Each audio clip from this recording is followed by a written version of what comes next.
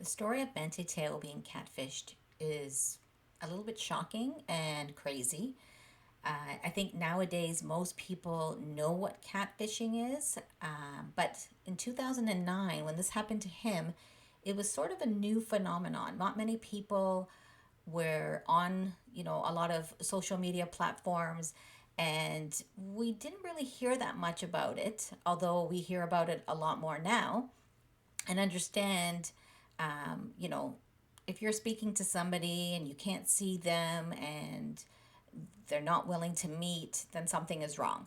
But back in 2009, when Mente was sent a Facebook message, he thought it was just a person. He saw some pictures, he was interested, they started messaging back and forth. And this continued for about 3 years. He attempted to meet who he thought was a woman several times, but there was always an excuse of why she couldn't meet him. And he believed her. At one point, she went so far as to make accusations, it's not accusations, but to claim that she was in a car accident and she almost died. And, she changed her voice because there was voicemails shared, and she sounds like a female. So he had no reason not to believe that that is who he was speaking with. This person went so far as to make up different voices to pretend that Mante was talking to different people in her family, like cousins and nieces and aunts. So again, he had no reason to believe any of this was not true. The poor guy was playing college football in Notre Dame, had a big game coming up, and he learned that his grandmother had passed. Now, on the same day, he gets news that his so called girlfriend, who had told him she was suffering with leukemia, had also passed. So obviously, this was devastating for him, but in the true Notre Dame spirit, he decided to play on and, fight through the hurt and the pain that he was feeling. Later, it was learned that this person, first of all, was not a woman, and that she was playing him the whole time. He was being catfished. Um, his whole family had asked him several times, "Have you met her?" And I guess because he felt embarrassed that he hadn't, he actually lied and said that he had met her in person, but it had never happened.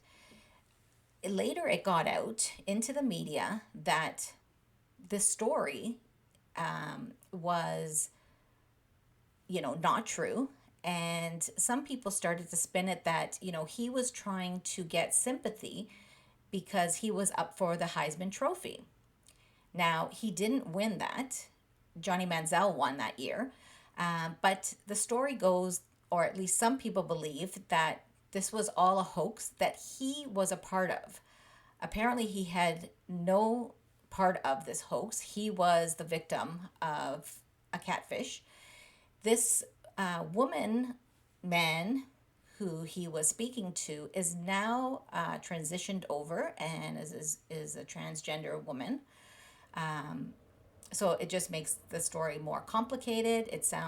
From what she is saying in the current Netflix documentary is that she enjoyed the companionship. She started to realize that she felt better as a woman, and this kind of helped her in her mindset and thinking that that's who she is or wants to be, or depending on what your perspective is when it comes to transgender. That's neither here or there. The story is that this person inflicted emotional pain. It can also be said that he may have lost a lot of money because he was expected to go in the first round of the NFL draft, and that didn't happen. He dropped to the top of the second round. So usually players, as we know, in the first round are paid more money when they sign with the NFL. And when the Chargers took him in the second round, obviously he didn't. He was not going to be compensated the same type of salary as a first round pick. So the concept that there's no criminal charges, and apparently, from what I'm understanding about U.S. law, there is no law that she could be charged with. If he wanted to, he could have, not now because the timelines have passed and it's too late, but he could have at the time sued her for emotional distress. However, how do you determine that where on the first round he would have gone? So, how much money he would have been offered as a first round pick versus what he actually got? And how do you put a dollar value on the heartbreak that he felt, as well as when he was out on the field, he was mocked, ridiculed. Um, you know, Online there were memes made about him.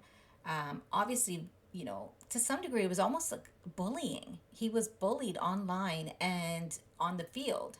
Now, some people will say, he's stupid, and how could you not figure that this is not a real person, and you deserve what you get.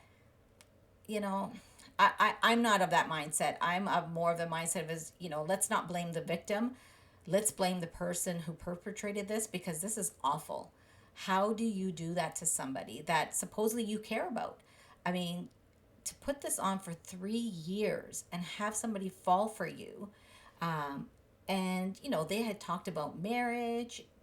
It's absolutely saddening.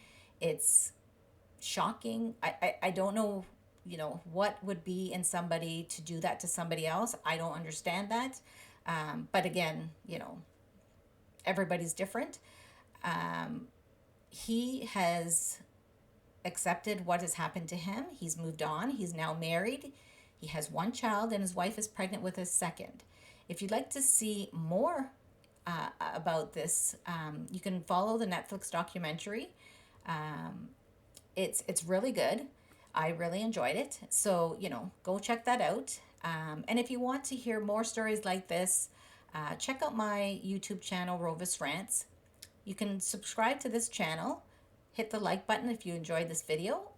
And if you want to get notifications when other videos come on, just hit the bell and YouTube will notify you. Thank you for joining me, and we'll see you soon.